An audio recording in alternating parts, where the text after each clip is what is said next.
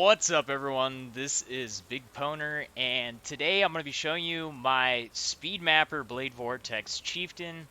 I'm going to let you know if you already know everything that I'm about to tell you, then I'm going to be giving you a lot of information that you don't need, but there's a lot of stuff in this build that unless you crunch numbers and don't just follow stuff that other people do. This build's going to be very different, and if you want to understand the reasons why I'm building this Chieftain Blade Vortex build so different than what is popular, then you're probably going to want to listen. I'm going to start off mapping, and we have an absolutely insane map. Yeah, 190% quantity map. This is nearly the highest possible map that you can get. Like absolute closest to the hardest map that you can get. Plain and simple. Period. This is like as hard as it gets. The only way to make this harder is to go into stacks of delirium on something like this. Which I don't have a bunch of delirium orbs. And this character is not finished. As far as the speed mapper, this will definitely be a build that will be able to speed map. A lot of the stuff that I've crafted that I'm using on the character right now, like I made these gloves for like 30 chaos. I paid 30 chaos for this base, and then crafted it all with cheap crafts. My wands I crafted myself. My rings I crafted myself. I have like a stat stick necklace. The one thing that I do have that is very nice on the build right now is my chest, which I made a video and showed you guys how to do it. You can make this chest with about 6 exalts. I think I spent a little bit under 6 exalts on this, and I think now you can probably do it for about 5, which it's an absolutely amazing chest if you're ever going to invest 5 or 6 exalts in an item. Something this dope is what you should be investing it in. So we're going to start out with we're going to start off with just running this map, and then I'm going to break down all the reasons why I'm doing specific things.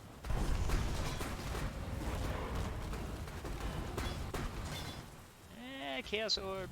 There's probably going to be a lot of loot, because this is a really big boy map.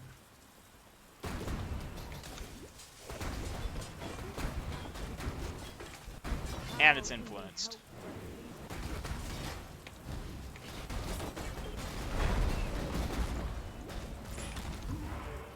And we got an Alva. So this is a build that's like really good for Alva, because it excels really well in this like clear style, because of the explosions and stuff like that. It's just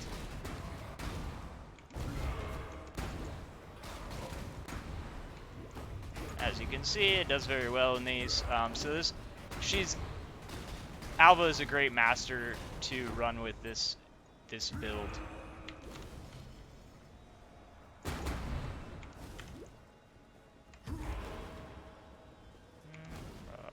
Do you have an extra stone for me? No, you don't. You are a waste of space.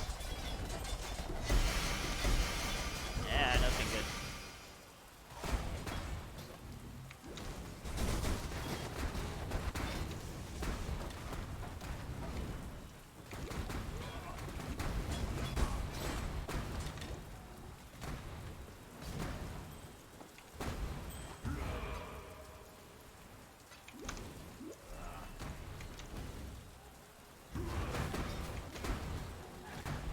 So you guys probably already noticed that I'm equipped with wands, which are not the popular item for this build. However, I'm going to explain to you the reason why I have selected to go with crafted wands.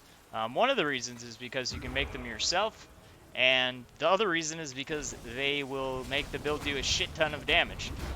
You should probably pay attention. This is a pretty beefy map. I'm gonna wind up having a stupid death because I'm not good at playing while talking. This is a pretty good build to be talking while playing, though, because this is like the easiest build to play. If you're looking for something really easy to play, this is the build. This is like one of those like lazy, I'm half asleep, you know, I wanna farm currency, but I don't want to pay much attention. Ooh, owie, that hurt.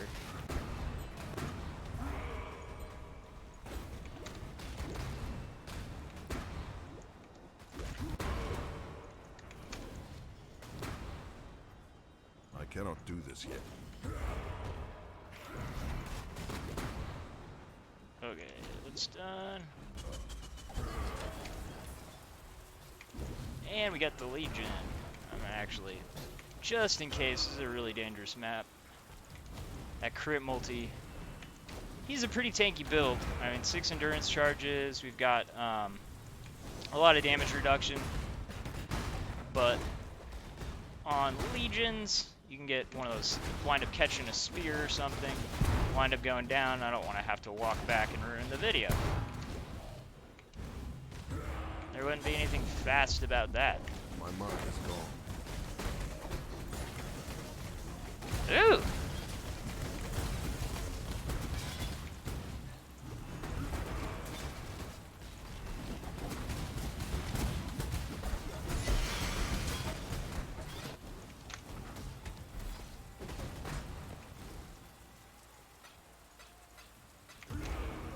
This isn't alright. Ew. You're trying to be sneaky, buddy. Oh, there's still people up here? I got that loot greed, man. I die so much to loot greed. I see the stuff on the ground, I'm like, I want it, I want it, I want it.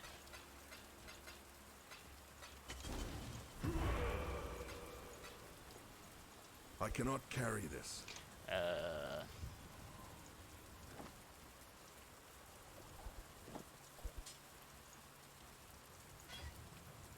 Make some space.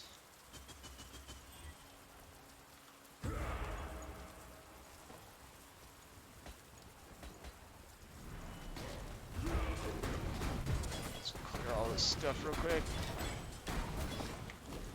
I don't want stuff sneaking up on me while I'm looking at this. There you are. Ready to read the Sacrifice a unique. I'll take it.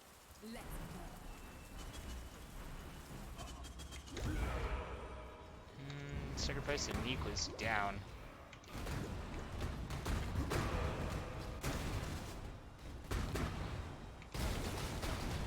Ooh, gotta watch out for those things.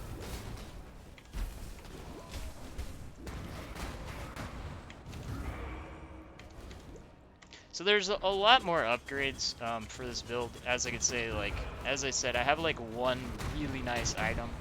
Everything else on the build is pretty, well, really budget actually. Besides the chest, I've maybe spent like an XL on the whole rest of the build. So I'd say it's probably like a 6 to 7 XL build at the moment, which at this point in the league, that's, for as strong as it is, I would say that that's a very budget. Okay, so this is going to be the, oh god, I got stunned. This is the dangerous part. Twined bossies. You gotta watch out for those lightning orbs.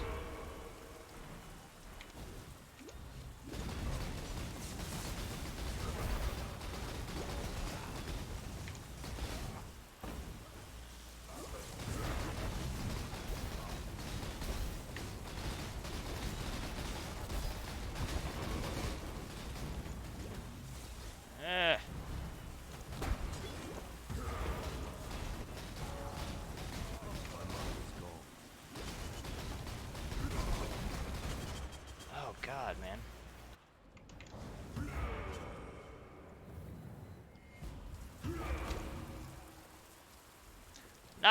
Not the best against these bosses, honestly.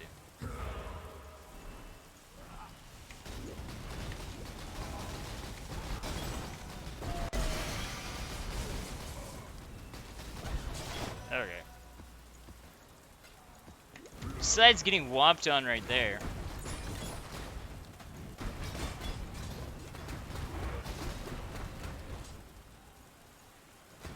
Boss killing is not its specialty. Although, right now my life is actually pretty low. Bossing will be pretty easy on the character, and outside of like 190% quant, what makes this map really dangerous is, you know, a lot of added critical strike chance, critical strike multiplier. Those bosses had 86% increased area of effect, which made it like really dangerous for those orbs. It was a really dangerous map. Um, anyways, but that shows, I mean, it's made for speed clearing.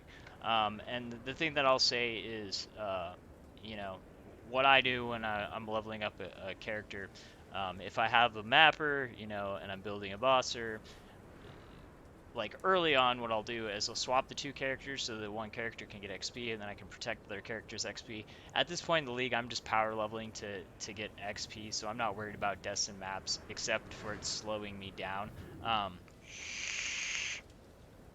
So those deaths weren't really a big deal. As you can see, I don't have very much XP.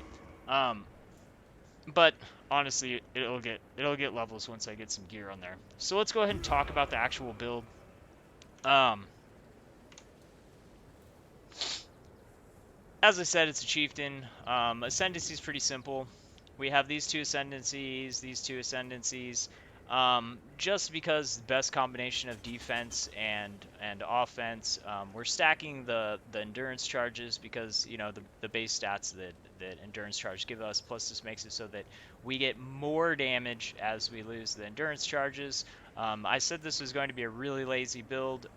My buddy, who was just messaging me Jolteon, actually helped me make this even lazier.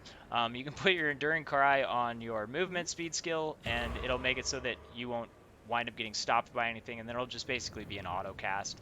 Um, what's really different about my build from what other people are doing, there's one other gem skill setup that is good. I'm not saying that it's not good. It is actually good.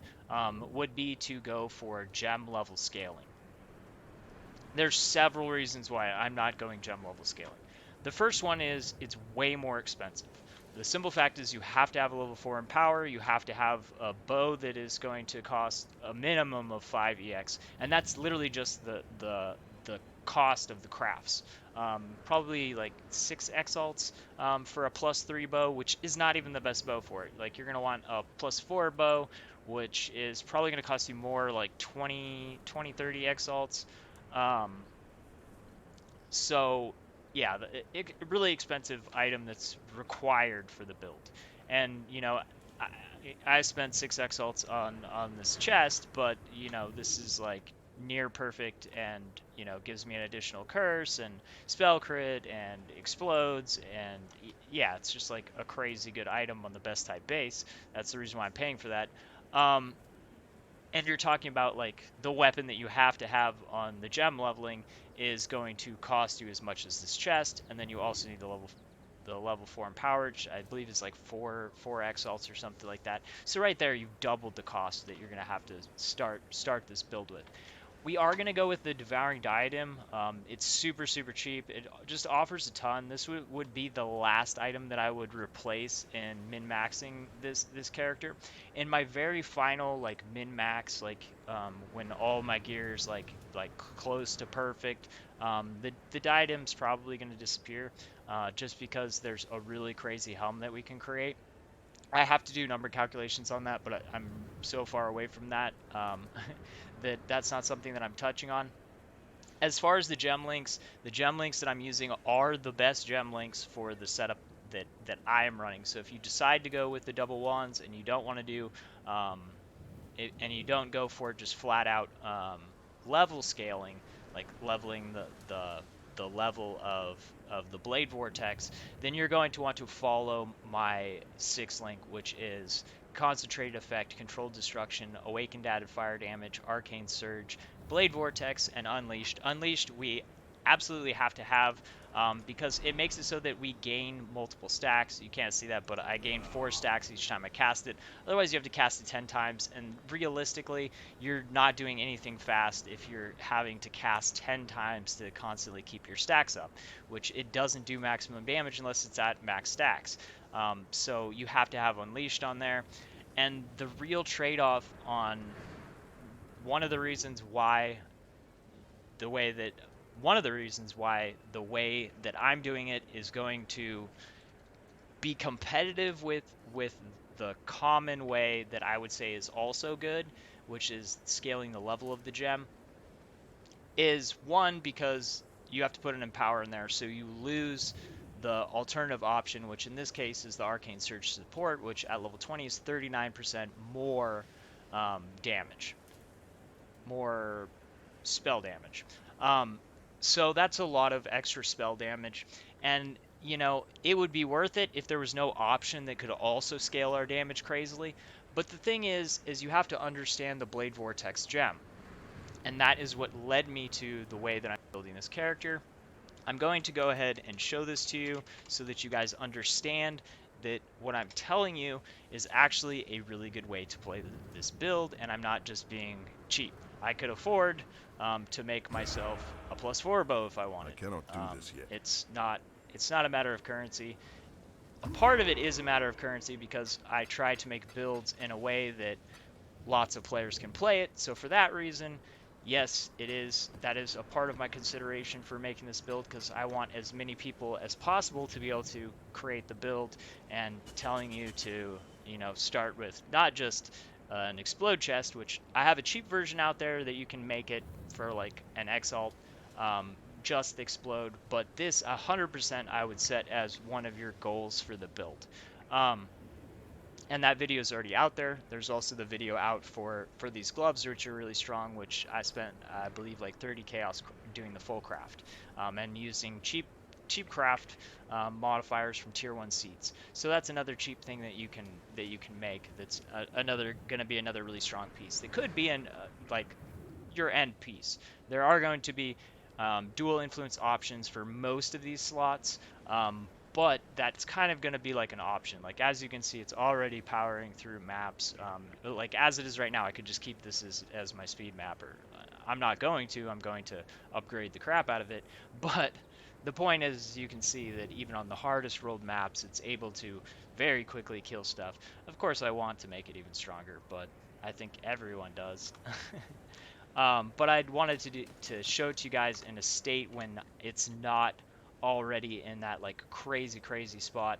Also, I still have to add 2 of my clusters, which is going to add just like a crazy amount of power to the build. So it's kind of like in a midpoint state, which I like to do that. I like to give you guys kind of like, this is where it's going to be able to, and at this point in the league, you want something that's going to be able to speed run really hard maps. If you're looking at a mapper. So that's why this is kind of the starting point.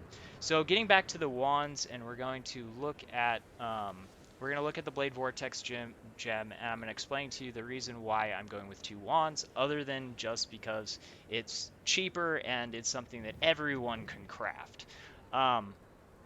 So this is what you need to notice. The Blade Vortex at level 20 only has 101. Here we go. The Blade Vortex at level 20 only has 101 to 151 damage. That's really not very much. What makes it do a lot of damage is because it hits with that damage a lot. When you're at maximum stacks, it spins a lot, and that's how your damage is calculated. It's a lower damage spell that hits really fast, so that's what causes the damage. Well, we want something like you were saying with mine, where it barely touches stuff and everything just sets off a chain and blows up. How is it that mine's doing that if I'm not scaling it? It's just at a level 20. The answer to that is the mechanics of the gem. So what is it that I have on here? I have tier 1 number added fire damage. This one I've got a tier 3, so once again, my gear isn't min-maxed or even close to min-max. These are things that I'm still working on. Just between these two things, I have more added fire damage than the base damage on the skill gem at level 20. I've added more number to number damage from one stat on 2 of my wands, not even both being tier 1, than the gem itself has. So let that sink in. On top of this, basically the go-to setup for the level scaling, like I said, is +3 bow. It's 5 stats. The best way to do it is starting off with the essence, which is going to give you 140 up to 140% spell damage. One wand is able to match that in spell damage, so you're getting double the amount of spell damage from one stat. On top of this, we're going to be scaling critical strike chance and critical strike multiplier. This is another one of the no-nos. I see a lot of people using elemental overload. This is retarded. Don't do it. Flat out, it's stupid. 40% more elemental damage sounds great, but the thing is 40% more elemental damage when you're losing a multiplier is really stupid. Because let me give it to you from my build's perspective. So I have 228, actually that's not spell. I have 283% multiplier. It says that I've got 39.72, but I have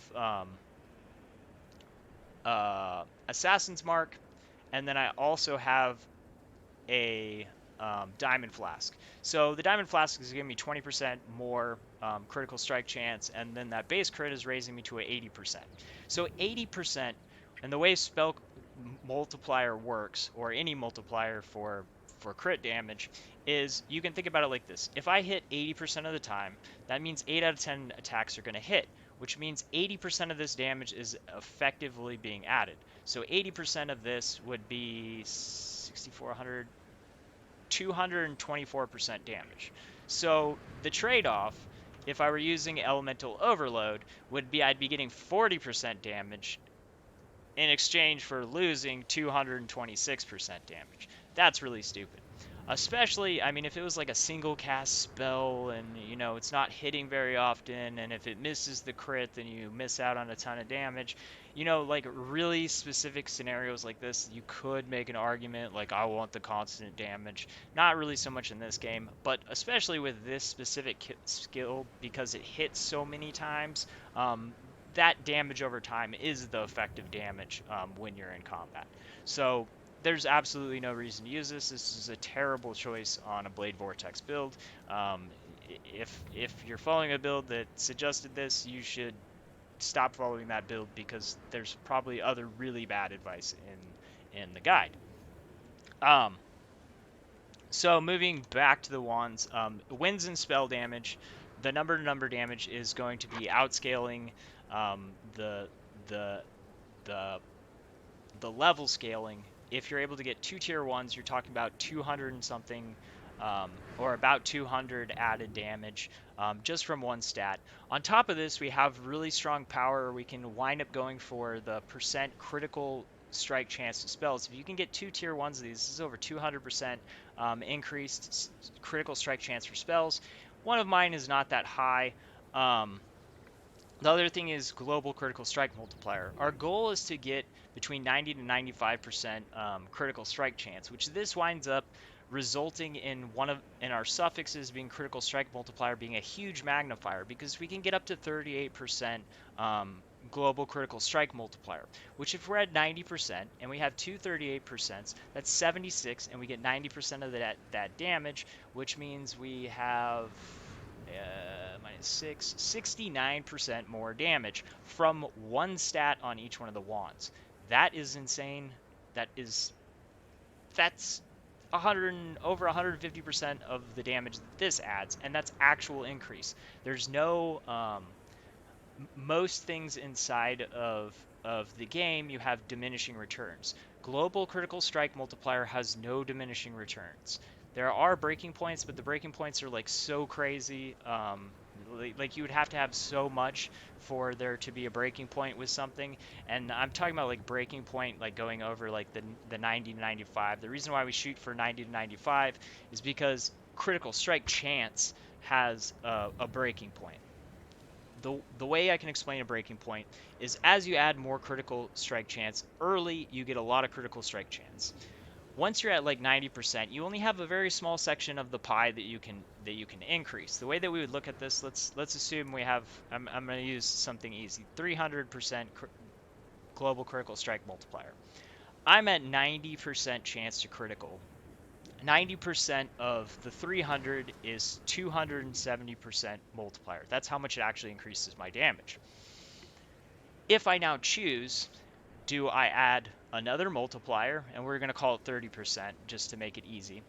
30% multiplier, or do I go through for 30% critical strike chance? The 30% critical strike chance is not going to add very much at 90% even. We'll call it 1%. Or let's be nice. Let's call it 3%, which is not going to do. 30% critical strike chance, 90 to 100 is not going to add 3%. So we're going to give it way more than it would expect. So 3%, the way we would look at this is I have 300% multiplier. I'm going to add 3% critical strike chance. How much is that going to increase my damage? That 3% we then multiply, so 0.03 times 300, which equals a 9% increase to damage, because 3% of 100 is 3 times 3, that's 9. Then we look at the multiplier. So the multiplier, we just take our crit chance and times it by that 30%, which gives us 27% increased damage. That's 3 times more damage. That's the reason why at like that 90 to 95 range is going to be pretty much the realistic point that you're getting the absolute maximum gains. There's a little bit of an explanation so you can understand damage in the game, because I feel like 99.99% of the community doesn't understand damage calculations. And that's the reason why there's a lot of, you know, really bad builds, because a lot of people making guides don't actually understand the damage even. um, Anyways, and I understand people that aren't interested in this stuff. They just want something viable, you know, but I believe that if you understand how it works, you're going to have more fun, because you're going to know it works, so you're not going to invest in a build or gear that is not going to actually be helping you. You're going to be like shooting yourself in the foot, and you're going to be like, why is this not working? You just keep throwing currency at it. If you understand more, you're going to have more fun, because you'll know what to invest into. And knowing just like a basic range on certain things is going to make it so that you can make smarter decisions as far as gearing. Okay, so I've pretty much explained why wands are really strong. I'm going to explain to you the trade-off now, because like I said, the the gem level scaling is actually good, and we can actually gem level scale with the dual wand build. And the best goal, if you're going for like min-maxing this build, 25 with the wands is what I would say to go for, because at 25 we get the +5 radius, which is going to be nice. Obviously we're getting more base damage. We get about 100 increased damage on the high end, 65 on the low end. So we get damage, and we also are going to hit that +5 radius, which the +5 radius doesn't get hit again until level 30. So you're going to have a comparable radius size to someone that is doing the gem level gem level scaling. So you're going to have the same size radius unless they hit level 30 or plus, which in order to hit level 30 or plus, they not only have to have a level 21 Blade Vortex, the +3 blow, level 4 empower, and they're going to have to pick up extra gem levels on their necklace or some other way, or they go for a +4 bow. So, and at that point they will have a base radius that is going to be 20% larger. So as far as the two, they're both going to do a lot of damage if you min max in this way. They're both going to be very strong. The reason why I like going this way, and the way that we can hit the +5 radius, if you really like the build and you want to min max it, you can get a +2 on your necklace. You can craft a dual influence necklace. You can also get +1 to level of spells, physical spells. If you're going for an absolute min max, get plus to level of all spell gems. The reason why is because this actually gives a bonus that the bow type build doesn't give you. And what is that? If you get the all spell level, it's going to buff up all of your auras. It's also going to buff up your defensive skills. It's going to buff up all of that stuff, which means more damage. So you're going to have a +2 to all of those things instead of just to your spell, which is going to result in more damage. The other thing that now we've seen, like, you know, the two sides of the things that are, you know, both good. Like, if you play the level scaling, that's viable. I would say that's fine. Do that if you want to do that. Um, the nice thing about the wands is, the way I made my wands, I just got a bunch of bases, which are like super, super cheap, or you can just find them. And then when you have fire plus more fire mods, you just spam that until you get something nice, and then you put that one on and you have some extra bases. You can also do the caster plus more caster rolls, and then once you have several nice stats, then you try to roll on the other things. The A perfect wand would be spell damage, number to number fire, level to all spell gems, increase critical strike chance for spells, critical strike multiplier, and then you craft on percent chance to deal double damage. That is the absolute perfect set of stats as far as if you're going to go wands, and that is going to do absolutely insane damage. Okay, so the thing that 100% you don't want to do is what almost every person playing these builds is doing, as they're using two herald rings. No, this is stupid, and I'm going to tell you how stupid this is, and you're going to understand it, and you're not going to do it. Okay, so the herald rings that they use are they buff up the effect of Herald of Ash. So Herald of Ash at level 21, this is level 21 Herald of Ash. As you can see, it's got a +1, so it's level 20 with a +1, it's a 21. So this is the level 21 that we're looking at. It gives 15% of our physical damage as extra fire damage. So in an absolute best case scenario where all of our damage is physical damage, which it's not, that would be, ideally if we had no other increases, we weren't getting any type of a diminishing return, that would be a 15% increase to damage. One ring is going to outdamage the buffs of both of those herald rings. Why? Because a level 8 flammability gives -32 to fire resistance. That's a 32% increase to the damage that they take when they take the curse hit. How does it do negative resistances penetration work? Basically, it lowers their resistance. So if they had 100% resistance, they would take no damage. So when you minus 32% of those resistance, they're now taking 32%. Well, that would be an infinite amount more, because if they're taking no damage, any damage is an infinite amount more. But all right, let's say they're at 0% resistance. That's a better. They can't be immune to fire damage anyway. So 0%, they're taking 100% of the damage. When you give them -32, they're now taking 132% damage. You put another 30% on there, they're taking 162%. It's the same way that our resistance is hurt. When you kill Kitava and your resistance is dipped down, you're like, ow, that really hurts. And that's the reason why, because it's amplifying the damage that you're taking. That alone, 32% increase to damage versus, if you give 100% aura effect increase, you'd be gaining 15% damage. So yeah, that's just really, really stupid. I mean, if it's like something really cheap, like it costs you a couple chaos and you can put them on, and it's just a placeholder till you can craft yourself rings, sure, do that. But don't go for it as an end game build. And the thing is we can craft these. I've crafted this just by spamming with tier 1 seed rolls. This is a really nice one that I made, and then qualityed it because it's a bunch of different fire stats. The other things on here were stacking endurance. So the fire damage to endurance is really good because I've got 3 to 6 times 6 6 endurance charges is 18 to 32 fire damage. With the other added fire damage to ignited enemies, I have a 36 to 74 fire damage from one ring. On top of 24% fire damage, the implicit, which I don't know why I haven't rolled to perfect, and that flammability. That's just ridiculous amount of damage, and we've got life on it. The other ring that we're going to want to do, if you don't have this +1 to curse on your chest, you're going to need to allocate Whisper of Doom on your necklace. Assassin's Mark, this is, like I said, this isn't a finished build. I'm going to wind up crafting a level 12. I just released a video on how to craft one of these, so if you want to make your own Assassin's Mark ring the cheapest way possible and wind up with a super dope ring, follow that guide. That's how I'm going to make my really nice one. This is just a placeholder for the moment.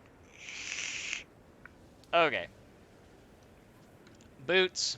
Eventually, these are going to wind up moving into the end game for this would be dual influence, tailwind, and elusive, and then whatever stats I need on there. Right now, actually, these are really nice. If I can get my life roll to a tier 1, I honestly might not take these off because they would be perfect at that point. So I don't know if I'm going to take those off, but these cost me 30 chaos and some spamming and harvest. So, and go watch my early videos from the season. Everything you need to know to make these boots very cheaply. The base cost me hardly nothing. I paid 30 chaos for it with the 29% quality on it already. And yeah, so very cheap to make. Steigen Vice, I just did the triple resistance craft on this. I'm actually not going to be crafting a DPS Steigen Vice, but you could make a um, Warlord influence Steigen Vice with the fire damage to burning enemies, fire damage in the prefix and the suffix, and then you could do the elemental damage buff if you wanted a ton more damage on your belt. I'm going to be getting a headhunter for the character, but wanted to put this out there. But that is the end goal for this build, is a headhunter on it, because that'll make it even faster. You're gonna have to pick up stats somewhere. The way that I've done that, this isn't finished. The top I have to actually do, but I did go for the main things that I wanted was the all attributes with the dexterity, because this is a character that is in mainly strength territory, and it needs intelligence for the wands and for the skill gems, and then it needs dexterity for the blade vortex. I would suggest getting an Astro Mantis and equipping it at level 20, because that's going to take care of all of the attribute requirements that you need until you can craft yourself, or know while you're crafting your gear that you're going to need to pick up dexterity, intelligence. You could go for those like on your Assassin's Mark ring, for instance. You could go for that as one of your stats, or you could do what I've done. This is the easiest place to do it. Now in the prefix, if you go for the +2 necklace, it's going to be a lot harder because you're going to be slamming those two things on there. You'll be able to craft on intelligence or dexterity, but the other place you could do it, you could go for we're going to have a lot of jewel sockets, so you could just go for the +10 to intelligence and dexterity, and you would be able to, we have a lot of them, 1, 2, 3, we'll have 4, 5, 5. So that would be 50 plus 50 plus 50 if you got that on all of your jewels. So that would be a way that you could deal with it also. There's lots of ways that you can deal with it, but I would start with the Astro Mantis. Just keep in mind that you're going to need to pick up intelligence and dexterity. Another place you could do it, you could take care of 30 of it with 2 points right here and here. Which it really isn't a bad option, because you can get other really good stats in other places.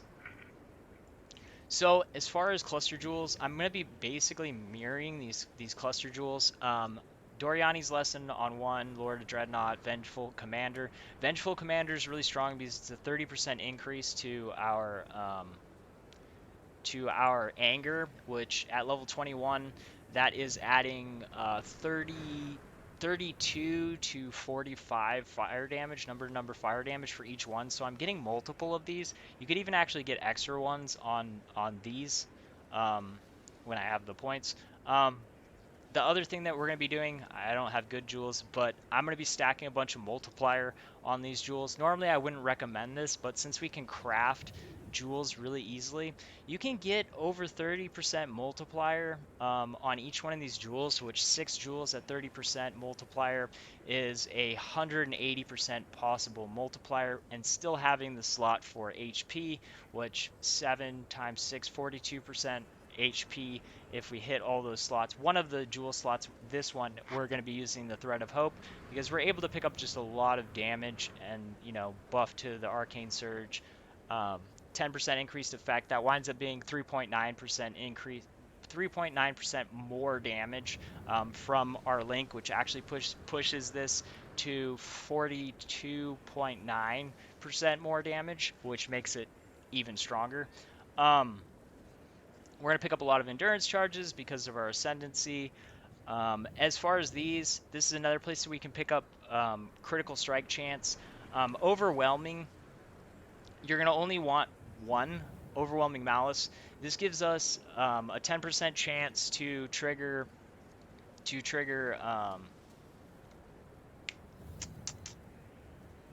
I forget the name of it. It gives us a buff that gives 30% of our physical damage as extra chaos damage. This is really strong for one slot. Pressure points, though, gives 30% critical strike chance and a 5% chance to deal double damage. You could go for that on every single one of these, because that would be a 20% chance to deal double damage, which at a 90% chance to critical strike, that means that that would be an effective 18% increase to actual total damage. And since we're going to be getting, ideally, percent chance to deal double damage on both of our wands, that would push our chance to deal double damage up to 30%, which would be pretty dope. One of the other things that's it's really good on here is the magnifier, increased area of effect, area damage. The Blade Vortex gem scales off of spell damage, elemental damage, fire damage because we convert it to fire damage, and spell damage, area damage, elemental damage, fire damage. So yeah, and 10% critical strike multiplier. So 9% increase to damage is how you got to think about that. I'm going to have a 90% chance to critical strike, 10% multiplier. That's a 9% increase to my damage. Over here, like I said, I'm going to stack multiple of these. Vengeful Commander, just because it's really good number to number. Widespread Destruction. This is a suffix. So if you can pick up this, you're going to have to buy it like that, or you're going to have to alt it. But Doriani's Lesson is really easy to get on there. It's a suffix, 25% increased elemental damage with elemental leech. This is something that we can slam on. Just check out PoEDB and see. It's one of the ones that you can easily craft on. So if you guys need help with making your jewels, let me know and I'll make a video on it. Probably will do some jewel crafting videos, just because there's going to be a lot of jewels in this build, and if you're going out to buy the specific jewels that are going to be best for this build, they're going to cost you a lot. Okay, quick things that I already covered. Enduring Cry on your movement, because it'll just automatically cast it when it's ready. This is a setup right here: Wave of Conviction, Combustion, Coaling Strike, and Flame Dash. This makes it so our Flame Dash can finish stuff. Same thing with the Wave of Conviction, just to finish off bosses or whatever. It also gives a massive debuff. Exposure negative 25% to elemental resistances. Also with the Combustion, enemies ignited by it, which has 49% chance to ignite, plus we have extra chance to ignite coming from our gear. We have really high chance to ignite, so if you just pop off a couple of those, they're going to get the full debuff, which is negative 25% plus another negative 19, which is a 43% debuff, which means they take 43% more damage, so you pop that off on bosses or big targets, and they're just going to go down that much faster. So yeah. And then Phase Run. Phase Run is absolutely something you should be using. Why is that? Because it just boosts our speed so much, and it's a one slot. 40% increased movement speed. I don't know how more people aren't using this, and you do have to pay attention if you're not used to using Phase Run. First of all, I pop my Phase Run after my War Cry goes off, because if you cast a spell or use an ability, it ends the Phase Run.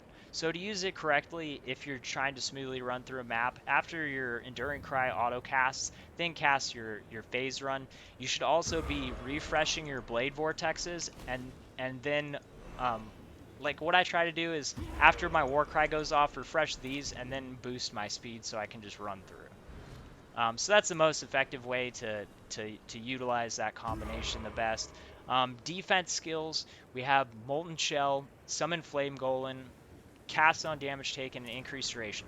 The reason why I have my Golem, which you can pick whatever Golem you want. You could go Ice Golem to increase your critical strike chance. If you need to push it up a little bit, you need that little extra boost. I just went for the flat damage increase of it, going along with the fire.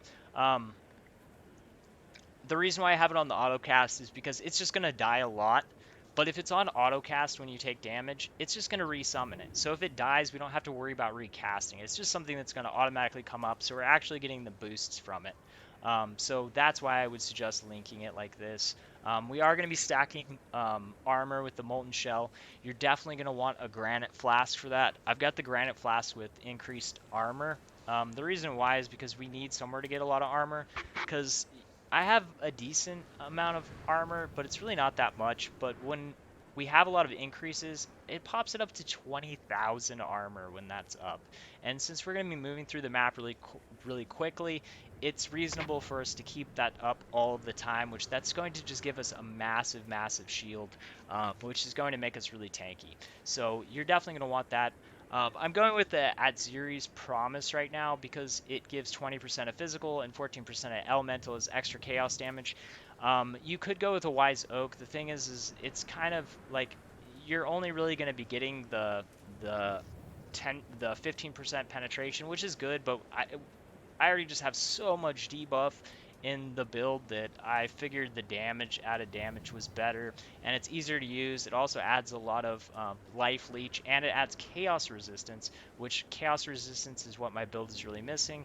I'm already overcapped on my cold and lightning, which is really easy to do, and I actually need to remove some fire because that's just way too much, but that's because of our ascendancy. Adding 110% fire resistance here, but that frees up space when we have the build min max. That will be more spaces that we can add more damage.